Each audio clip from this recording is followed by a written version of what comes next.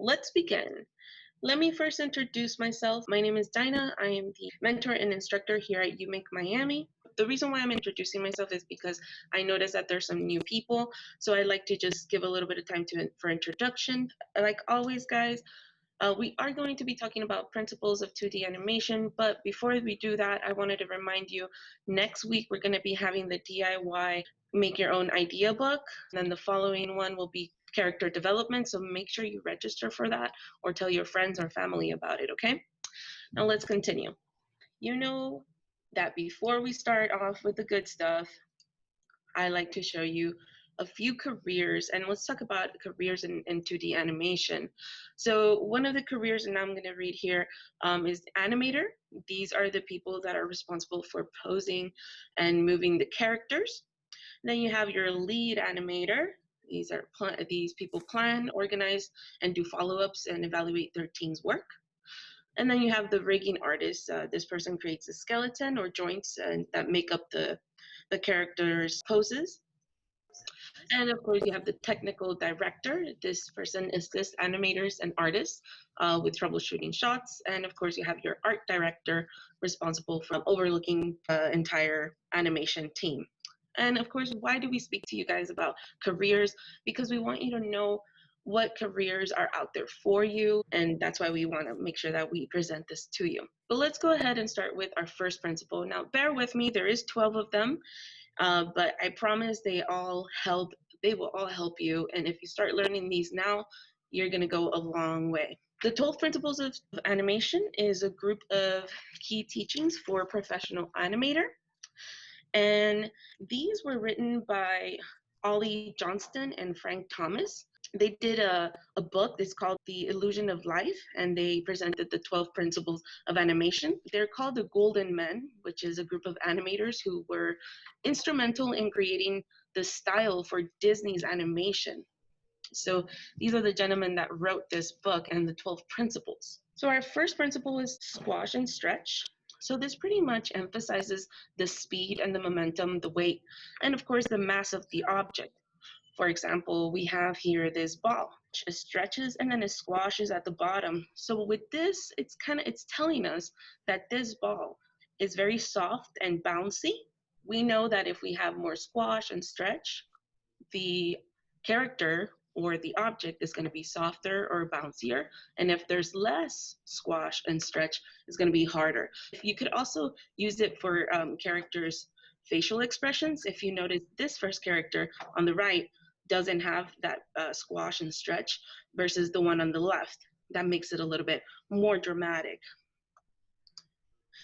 And if you have any questions, please go ahead and ask in the chat, and I'm sure my colleague Jaden can go ahead and answer them, or just let me know that you guys have a question. So the next one is the anticipation principle. This pretty much prepares the character for action. So it clues the audience as to what's going to happen next. For example, he's standing right here, and then the character is anticipating to make that jump. This could also be used for running or punching. If you ever notice when a cartoon is about to speed up away, well, that's exactly what anticipation is. Here you see anticipation, where the character pulls back the mallet and then hits.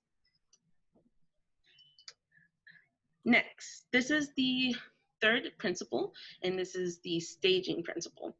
This is pretty much the setup of the stage. So the idea and actions on how the elements of the scene come together to make it clear as to what is happening in this scene, right? So for example, this scene wants to make sure that you know that this man is slipping on a banana and that this group of gentlemen are laughing at him. So let's play this little GIF. And you're gonna see the staging. First is the banana, then the gentleman comes, and the people laugh. That's the perfect staging. So staging is all about acting, timing, the camera angles, and the setting. Next, we have the fourth principle, and this is the straight ahead and pose to pose principle.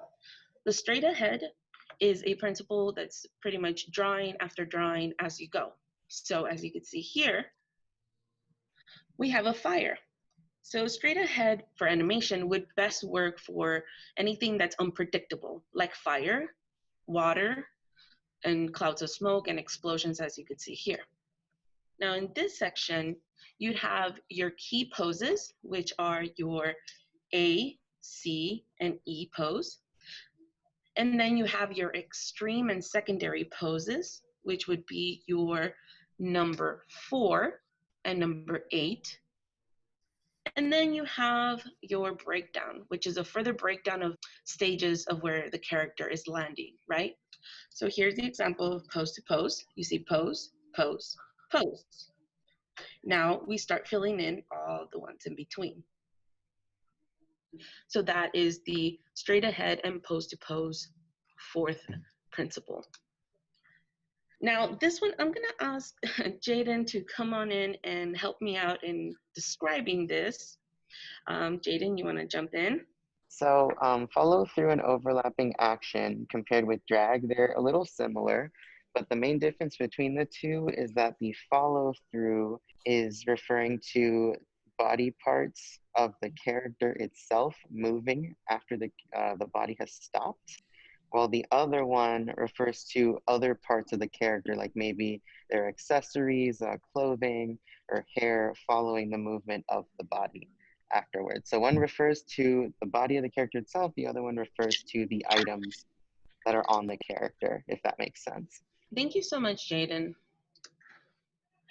Now, here we have the sixth principle, but let's think about a car. When you start up the engine, you don't right away speed off, you start off slow, you speed, and then you come to a stop. Same goes for the slow in and slow out animations. So let's look at this GIF. You'll see this gentleman is just straight ahead. Now you see how it breaks down in frames, slow at the beginning, fast in the center, and slower at the end. This gives them more of a realistic look. Next, we have the seventh principle, and this is the arcs principle. So pretty much all living creatures, like humans, we all move in this circular motion. So if you move your wrist, your arms, we all tend to have like this curve, this invisible curve, and this is called the arc. Here you could see in this arm, as he reaches out and extends his arm to grab maybe a glass of water, he has this natural curve, right? So this is what they mean by arcs, by making sure that your character emphasizes these arcs. Let's look at this gentleman right here with the ball. Let's say your character is lifting something light. You have the outside arc, or if they're lifting something heavy, the inside arc. So it's pretty much a visual path of your object. Next, this is your eighth principle. This is a secondary action.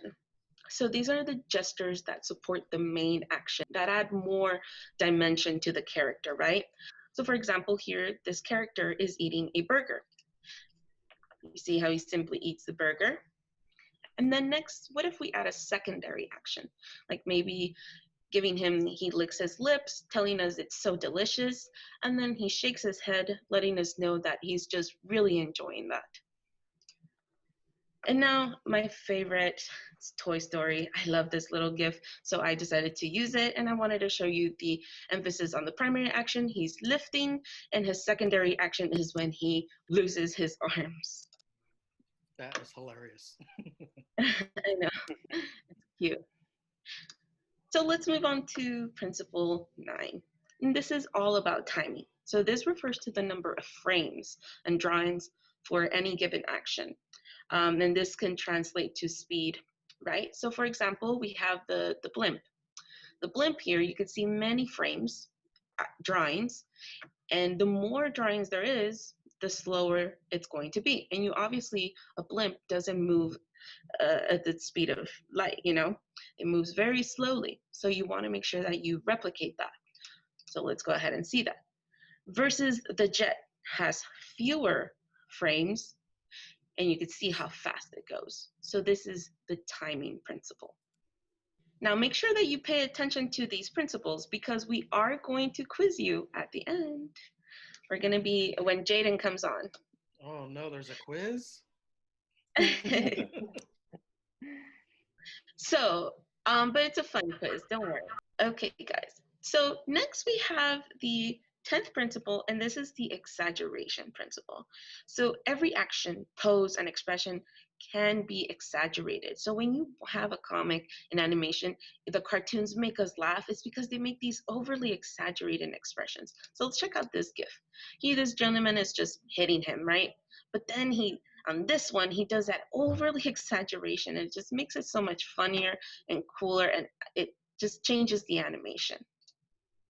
So if your character is sad, you want to make him sadder.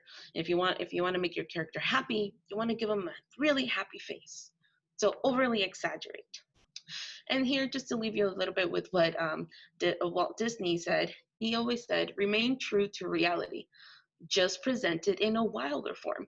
And so many of his animators had trouble understanding what he meant. So every time he talked about realism, they thought he was talking about an actual rat. And he was like, no, that's not what I want. So let's move on to our 11th. So this is the solid drawing principle. This principle focuses on making the characters feel like they are in the third dimensional space. So this will take into consideration the volume of the character, the weight of the character, and of course the balance of the character. Here, this character is made out of shapes that are a little bit more complex, like a cube, a cylinder, sphere. So this is how you bring about a third dimensional character versus a two-dimensional, which only uses circles, square, and a few triangles. Last but not least, we have the 12th principle, but I'm going to have Jaden come in and explain this last one. Jaden? So appeal has a lot to do with your characters, right? And we're actually going to be diving deeper into this for our character design webinar, not next Friday, but the following one. So make sure you stick around for that. But one of the things about characters and their appeal has a lot to do with the shape, right? So Dinah, if you'll play that first GIF, you'll see a little example. The first guy, you see when you change his shape and make him more angular, his chest is more puffed out. He has a more like heroic kind of look. The second character is rounder. He looks more like a bully, the way he's shaped. The girl is a little bit more curvaceous, and then the guy looks a little bit like nerdier by making his nose big and his head more triangular. So giving these characters these unique silhouettes really brings out their personality and tells you about what kind of character they are. The other example is the little king in the bottom corner. If you take a look at that, by making him rounder, more like egg-shaped, it makes him seem very like lovable, gullible, harmless. He's shaped like a friend. He's very nice. But appeal has a lot to do with that. Most definitely. Thank you so much, Jaden. And just so you guys know, we're going to run through it really quick. So we have number 1, squash and stretch. Number 2, anticipation. Number 3, staging. Number 4, straight ahead and pose to pose. Number 5, follow through and overlapping action. Number 6, slow in and slow out. Number 7, arcs. Number 8, secondary action. Number 9, timing. Number 10, exaggeration. Number 11, solid drawing. And 12, appeal. So next is Hector, and he's going to take us through some terminology. So let me go ahead and stop sharing my screen. Thank you so much, Dinah, for explaining and showing us the 12 principles of animation. Like you said, those are some key principles, and they're very, very useful. And don't worry about the quiz. There's no grade. It's more about getting used to some of the terminology. And I'm going to go over some of the basic terms that you're going to be hearing a lot while we do this presentation. And then Jaden is going to show us a really, really wonderful process of how to create your own animations using a program called FlipaClip. So let me go ahead and get started. So the first thing I'm going to mention is what is 2D animation? So basically 2D animation is the art of creating movement in a two-dimensional space. And this basically includes everything. So all the characters, any kind of creatures or objects, any kind of effects and backgrounds, they're all taking place in a two-dimensional perspective. Whereas nowadays we see a lot of 3D animation, which is basically done with computers. 2D animation traditionally was done by hand, and it was a very intensive process. It used to take a long, long time to be able to do these. Nowadays, we have computers which have really helped people to create their own cartoons at home. Back in the day, they used to be done in studios. So it's become a lot easier for almost anybody to get started doing animation. So some of the common terms that we're going to be seeing and we're going to be mentioning, the first one is it's actually quite important, and this is called frame. So what is a frame? So a frame, frames are individual pictures in a sequence of images. So basically the frame is like taking a still photograph of an object, or in this case, an animated drawing. And what creates the idea of animation is basically that sequence, putting one picture right after the other one. Now, most video in animation is shot at 24 or even 12 frames per second. And on video, when you use a video camera on your phone, most of the time those are shot at 30 frames per second.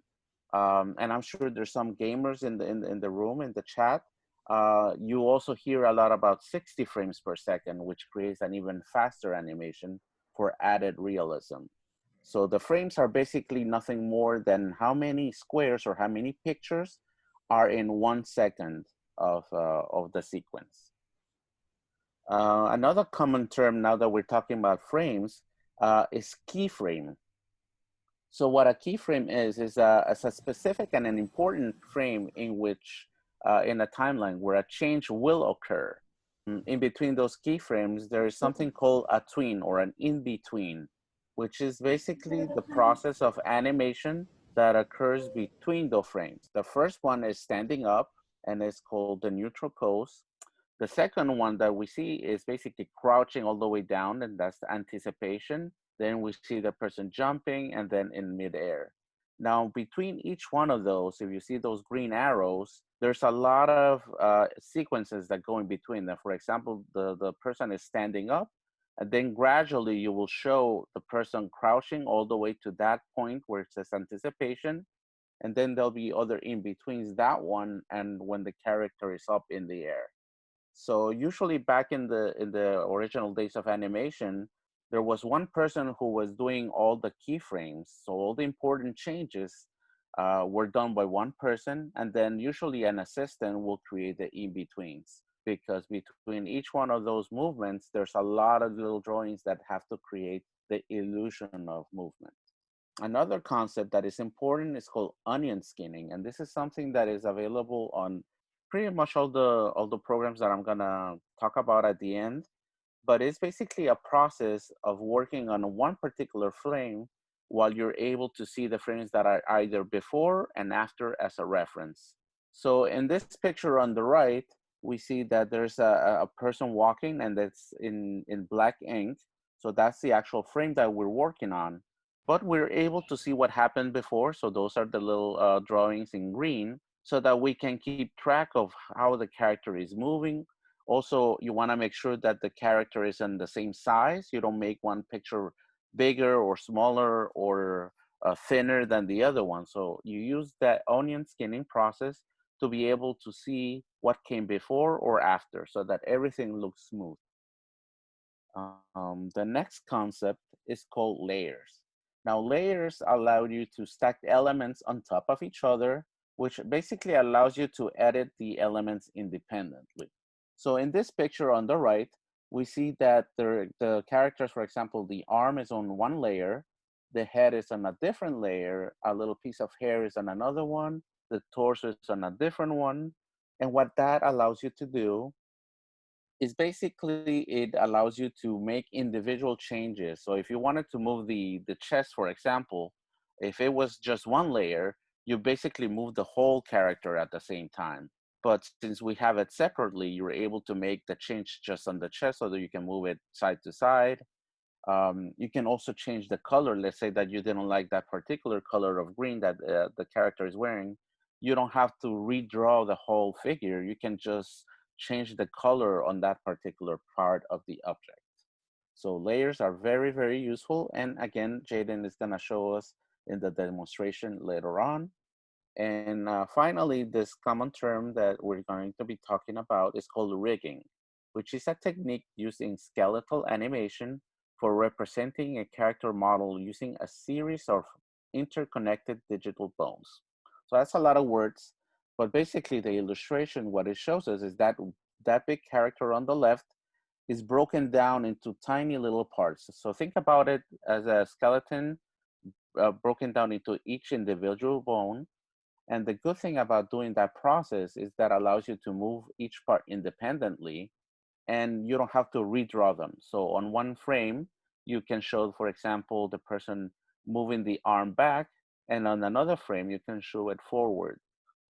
But you don't have to redraw the item. You can just basically put it there and move it with your mouse on the computer to show the process or the illusion of movement.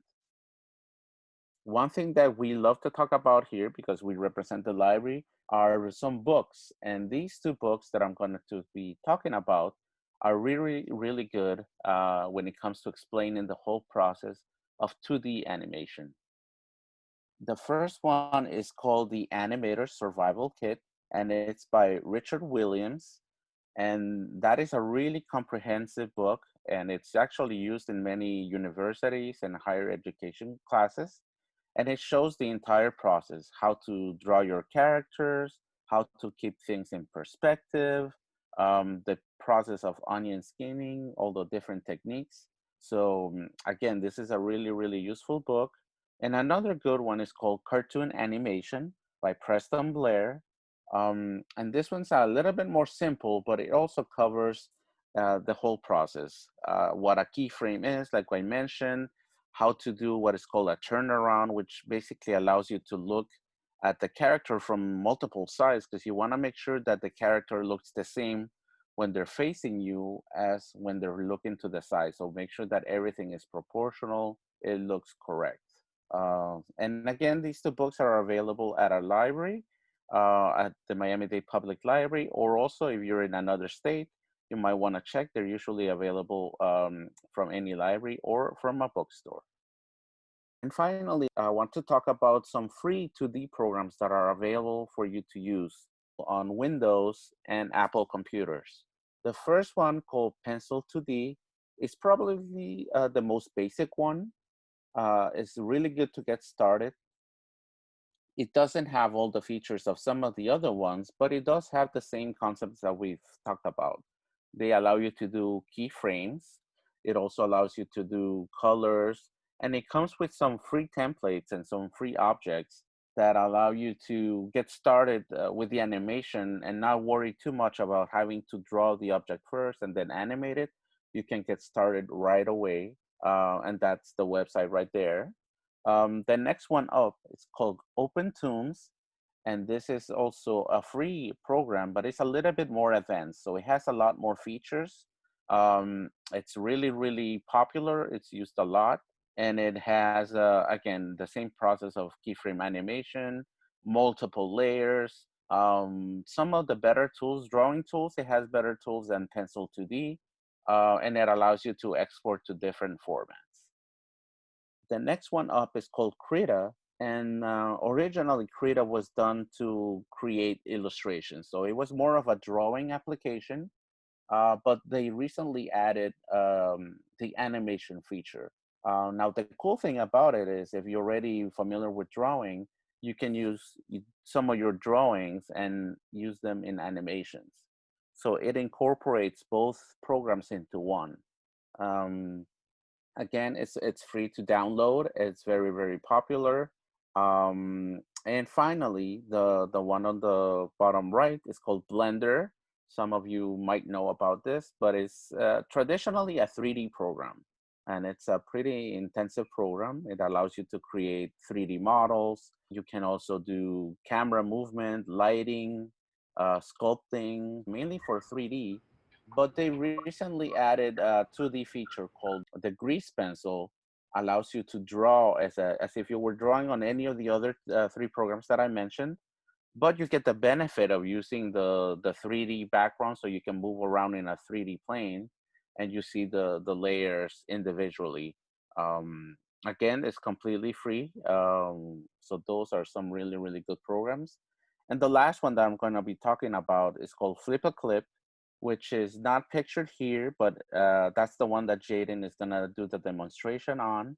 And that's available for mobile devices. The basic service is completely free, but you do have the option of paying a fee for getting the full features with no ads and multiple layers. It's also a really, really cool program to do your animation. And that's going to be my cue to turn it over to Jaden, who's going to be showing us how it works. All right.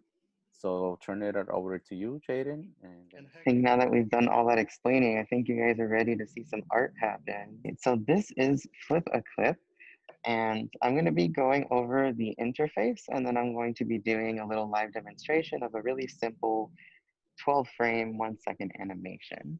So when you open up the app for the first time, it's going to look like this. And this is going to be your gallery. The top row is going to be your projects. And then right below that, you're going to have your movies section, which is where your exported projects go once you're done with them. So to create a new project, I'm going to hit that red button on the bottom left corner, the little plus sign. And when I tap on that, it brings up this window. So the first thing you want to do is to give your animation a title. So I'm going to name mine Campfire because I'm going to be animating a little fire. Next, you want to choose your background.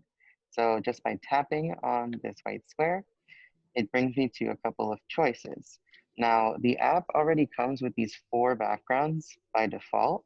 So if you're just practicing and you don't want to have to worry about drawing one up, you can just borrow one of these, or you can have a plain solid color as your background, or you can import a drawing of your own. So in this case, I created a little drawing for a background of my animation. And on the bottom right-hand corner, you're gonna see there's a camera icon, those little overlapping squares, and that paint bucket. So the camera is so you can take a picture in the moment and use a photograph as your background. The overlapping squares above it is to go to your photo gallery on your device and take an image from your device. And the other one is the paint bucket to just use a solid color. So in this case, I'm gonna tap on the gallery icon, I'm gonna go to photo library, and then I'm going to go select my background, which is this. Yes. Once you select your picture, you have the option to crop it and resize it, but I think it's perfect just the way it is. So I'm gonna hit the little check mark on the upper right corner. All right, so I have the title, I have my background, and then next I have the canvas size. So by default, it goes to the standard YouTube size, but if you tap on that, you'll see it gives you a bunch of options depending on which social media platform you decide to share your animation on. So it has Instagram, TikTok, Vimeo, Facebook, Tumblr, etc. So I'm fine with these dimensions, so I'm gonna stick with the YouTube template. And this is the frames per second. So remember we mentioned this earlier in the presentation. This is going to determine how many drawings it takes to create 1 second of footage. So as we know, this is very time consuming and takes a lot of drawings to make 1 second. So I'm gonna keep it at 12 because I think 24 might be a little bit much. You guys are gonna be with me all day if I put it at 24. So we're gonna stick with 12. We have all our settings and now we're gonna go ahead and create project. So when I create the project, it shows up in my projects lineup. You'll see it's the first one in that row, and I'm gonna tap on it to open it up. So now that we're in our canvas and we have our workspace set up, let's get familiar with the tools. So on the left-hand side, we have 5 main tools. We have our pencil, pen, brush tools, our eraser, the lasso tool, the paint bucket, and the text. So if you tap on this pen tool right here, you'll notice that it brings you to this other menu that has a little dot and a square. So the dot, if you click and hold and drag it up or down, this is gonna change the size of your strokes. So this is going to determine how thick or thin your lines are. I'm going to make them pretty thin for now. And then right below that, the square, if you tap on it, this is going to bring up your color wheel. So this is where you select the color that you want to work with. I'm going to be making a fire, so I want to go with orange. This white line on the outer ring is going to select your hue. And then this circle right here in the middle is going to determine how light or dark that color is. You'll notice on the top left, it gives a little live preview of what the color is going to be. So let me go ahead and adjust this. I want a nice bright orange. And to close this little window, I'm going to tap on the square again. Now, to go back to my previous tools, I go ahead and hit this little red button that has like the mug with all the little tools in it, and it'll take me back to all my other tools. Of course, when you have your eraser, if you tap on that, the same principle applies. You can increase or decrease the size of your eraser. And then this option down here is going to change, you can kind of call it like the airbrushy or feathering kind of effect. If you want the eraser to be kind of fluffy around the edges so the eraser is not so harsh, you can play around with this as well. And of course, to go back, once again, you tap on the red button to go back to your previous tools. And of course, if anybody has questions as I go along, make sure to leave them in the chat. I'll have my colleagues helping me out there to answer since I'm not able to see the chat right now. Next, we have the lasso tool. I'm just gonna do a quick little demonstration. I'm gonna make a random scribble here. Now the lasso tool helps you make a selection. I'm gonna go ahead and draw a circle around this scribble. And when I let go, you'll see the square appears. This square is a transform tool, so you can make this bigger, smaller, rotate it, move it around. If maybe you want to duplicate a drawing and then just move it slightly to kind of create a shortcut from having to draw it over and over again, so that can be really useful. I don't want to keep this scribble, so all the way on the left-hand side, you'll see I have the option to either flip it around, rotate it, or just delete it with the little trash can icon. So I'm gonna go ahead and delete that. Next, we have our paint bucket tool. All the paint bucket does is pretty much fill the entire area with one solid color. So let's see what happens when I tap the screen. The whole thing goes one solid color. Whoa. So this is good to fill in large areas when you're coloring parts of your drawing. I don't want to keep this, so I'm going to go ahead and hit undo, which is on the upper right-hand side, this little loop-de-loop arrow here, and go back. The text tool is to insert some text into your animation, pretty self-explanatory. If you tap on the text, you can go in here to your different font options. You can change the size of the font and the color of the font using the same color wheel that we saw earlier. Next, we have our timeline, which is in the bottom center. You'll notice that there's a little red box around it with a number 1.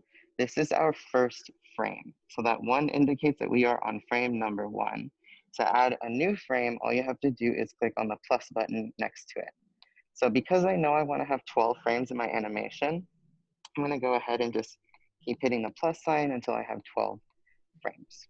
And I'm going to go back by sliding across them and make sure that I'm on frame number 1. And last, we have our layers. Remember, Hector mentioned layers earlier. Those are going to be the 3 little overlapping squares on the bottom right-hand side, right here. And right now, we are currently on layer 1. So I'm going to rename this so I know what's on this layer by tapping on layer 1. And I'm going to write fire and update. All right. So I'm on my first keyframe, I'm on layer fire, and I have my brush selected. So I'm gonna go ahead and start animating. I'm going to create my first keyframe. I'm gonna keep it very loose and scribbly. This is number 1. And I wanna use the paint bucket tool as a shortcut, but you'll notice that when I went to the paint bucket tool, it was set to pink. It didn't stay on orange. So every time you switch tools, they're not going to carry over the same settings. So you have to make sure that you have the right color that you want across your tools. So in this case, I want to copy the same orange that I have. I'm going to go ahead and click on this eyedropper tool. It's on the left-hand side of this color wheel right above the yellow, this tool right here.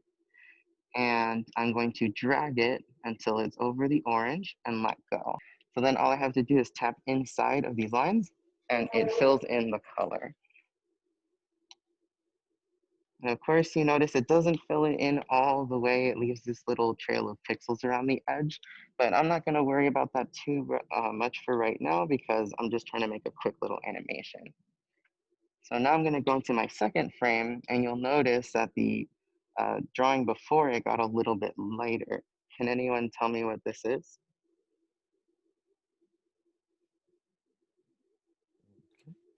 Uh-oh, this is the quiz that they were talking about. Yep, this is part of the quiz. Let's see. Onion skin. Oh, Yeah, very everybody's saying good. onion skin. Riley, Ooh, someone's paying Brian, They attention. were listening, Vega. guys. Yeah, a lot of Riley, people. Brian, Yeah, got it. Basia, Alicia, Byron, Brian. They're paying attention. I love it. Yes, Onion okay, skin, yes. good. Don't want to bore you guys with the details. Now, also Someone just part said of onion. the not. Yeah, It's just onion. that's enough. What were you Also, gonna another say? part of this process that Jaden is doing with creating this character. Let's see if you guys can come up with a name for this character. Obviously, this is a little flame of fire. So let's see who comes up with the best name for this particular character. Yeah, because I'm gonna be going back to it and adding something to it afterwards. Rambo. Rambo? Did someone say Rambo? Brianna said like Shrek. Pyro hot. Inferno, fiery. I like Inferno. Inferno. That one's Inferno's pretty nice. Pyro, hot That one- Shrek. hot track.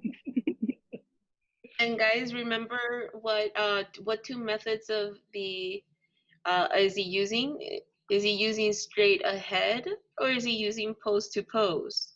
Yes, Mark has been saying straight ahead a couple of times. He's already been Yes, on straight it. ahead. He was on Brian. it. He Brian's knows got to. what's up. Yes. So yeah, just to remind them what a straight ahead is basically one image right after the other, Exactly. as opposed to the pose to pose, which you would do like a beginning, a middle, and an end, and then you would work around those And the in different between. animations. The in betweens, correct. Straight ahead. This is Gabriel. Yep. It's a little messy, guy. So we got a couple of names. We got Amber, Flamio, Maple Leaf. Okay, yeah, it kind of looks a little bit like a maple leaf. Yes. Maple Leaf is cute. Are they from Canada?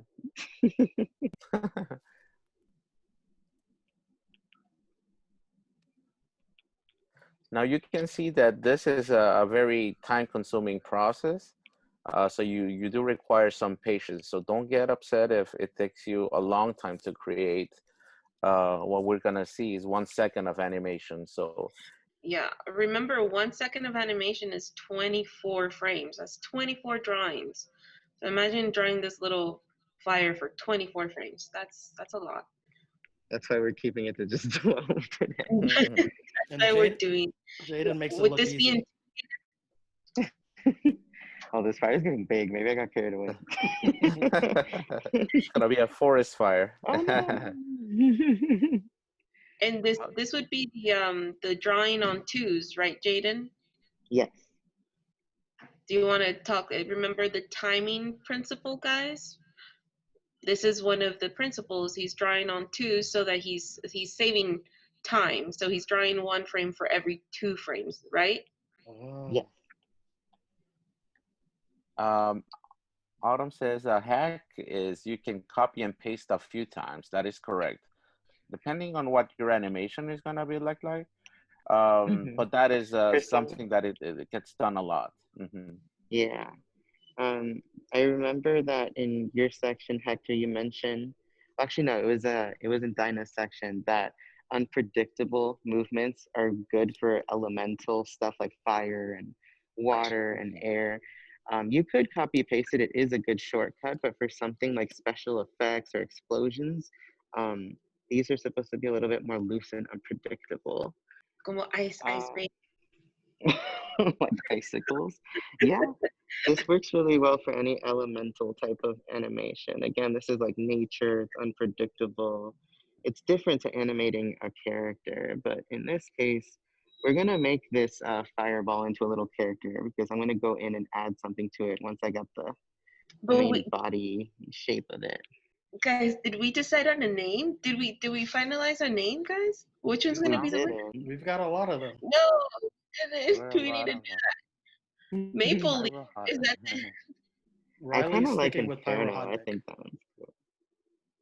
Maple Leaf. Pyrohactic? Inferno? Flambo. Flambo. Oh, Fiery. Flambo's funny. That is hilarious. And you know, Riley brings up a good point. He said that he can't believe that animators, like companies, do animations for like 3-minute long animations. Per Oh, episode. yeah. This process is part of a team. So, for example, Yeah. one person will be working on just the backgrounds. The other person could be working on an animation or just part of the animation. The other person works on characters. So it's basically a team effort, just like making Oh, yeah. movies. It takes a big team. To do this on your own, it will take you quite a while, but it can be done. Marlon, can you help me keep tally here? So I'm asking everybody to vote A for Flambo, B for Inferno, C for Pyrotechnic. So right now we have 2 Bs. Oh my God, I didn't bring a pen. Why didn't I bring a pen? Now I have 2 Bs, a C, 2 As, 3 Bs, 3 As. Marlon, are you keeping note?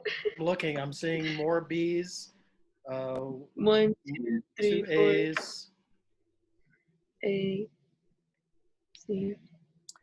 So while you guys are counting on the votes, Jaden, I think you created a new layer, right? Correct? You're going to be doing like the face of the character now? Yes. The nameless character as as of yet. Nameless. We still don't have a name for the character. So we're working on that. So the winner is B, Inferno.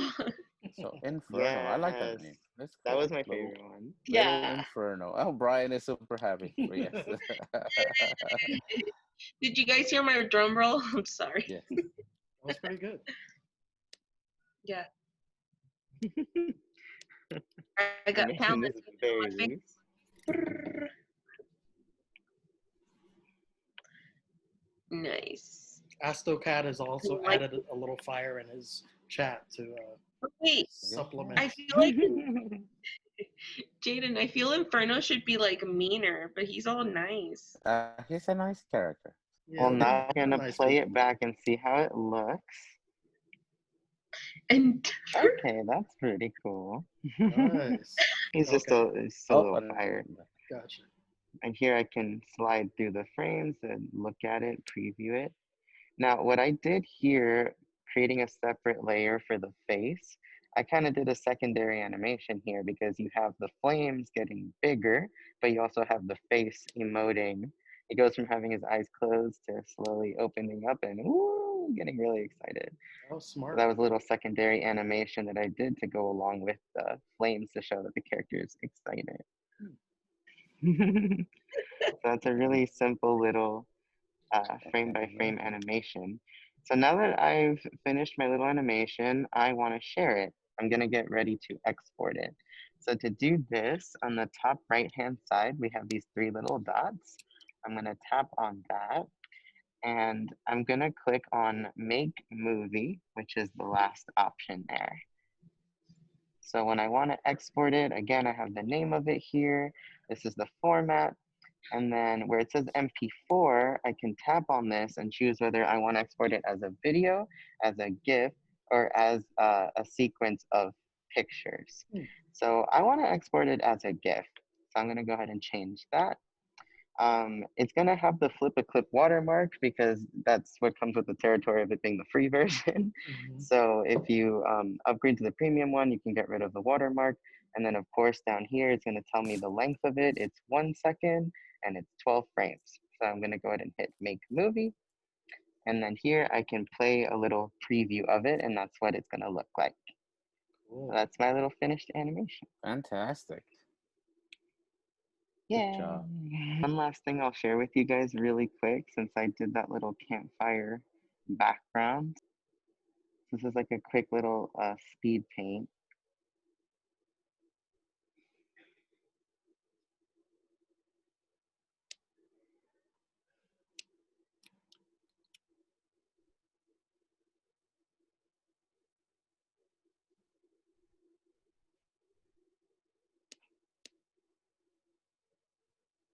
So there you have it. So I just use a Nice. bunch of different brushes to do grass and trees and different textures. So if you guys are curious to learn more about digital drawing techniques and want to keep learning more about animation, again, make sure to participate in our webinar next week. We're going to be teaching you how to make your own DIY sketchbook so you can get your ideas together. And then the webinar after that, we're going to be doing character design. So I have some fun activities planned for you guys there. I'm gonna let you guys participate and come up with a character, and I'm gonna draw it for you live. So make sure to stick around for that. I'd like to know, because we've been giving you guys a poll on our registration. How many of you guys are artists that you paint or draw? Because we noticed that that's what most people are really interested in. Autumn says she's addicted. Grace, we know you're an artist. Alicia, Captain Startle, that's an interesting name. Basia says, and her daughter. Mercedes does acrylics. Elisa. I think it's fair to say Wow. everyone here seems to be an artist. We got some painters in here too. Fantastic. I love to paint. I sounded like a kid. So guys, we're gonna wrap it up here. But I just did want to reiterate really quickly what's coming up, as you already know, because we mentioned it earlier. Well, it's happening right now, actually. Maker Faire Miami is going on right now. And you can just go to this website, miamimakerfair.com, and check out all the really cool makers and engineers and scientists and kid presenters and adult presenters. So that's going to be cool. It's going all the way through till Sunday, today, tomorrow, and Sunday. And then also our Cultivating Fearless Youth Conference is coming up on August 26th. So it's going to be like an all-day thing. Stop in. It's going to be some really, really great presenters. So that's what's coming up. I'll put the conference in the chat again one more time. So if you guys are interested, you can go ahead and check it out and register. But that's all we have for today. I'd really love to thank our library staff, Dinah, Hector, and Jaden. You guys are amazing, very talented. Thank you, Grace, for letting us showcase your work. And don't forget to write us and let us know what you want us to say about your art on our social media. And everybody else, send us your stuff so we can feature you as well. Somebody posted a link to their YouTube, so that's also Thank you. that's also great. If you have your channel or your Instagram and you want to send us to see your work, that's also very, very good. Oh, it has a gore warning. Okay. Thank you for saying that. And a flash warning. Okay. Guys, I want to remind you, please, please, please, next week. And I'm sorry because I haven't done it, but just check your emails. I will, if you do register for the DIY sketchbook, which I hope you do. I'm going to send a list of materials to Marlon, and he's going to go out and he's going to email them. So please make sure that you have your materials with you if you want to follow along. And that should be fun. So make sure you bring your snacks and your materials, and we're going to be doing some DIY. Follow us on our You Make Miami Instagram page, and you can register right there. We always put the registration link right in our You Make Miami Instagram page and our Facebook, just in case you can't find it. All right? Thank you, everybody. Appreciate it. Thank you. It was fun. Thank you for coming. Thank you guys for coming. I'll be safe. Have a good evening. Happy Friday. Bye. Bye. Happy weekend. Bye. You too.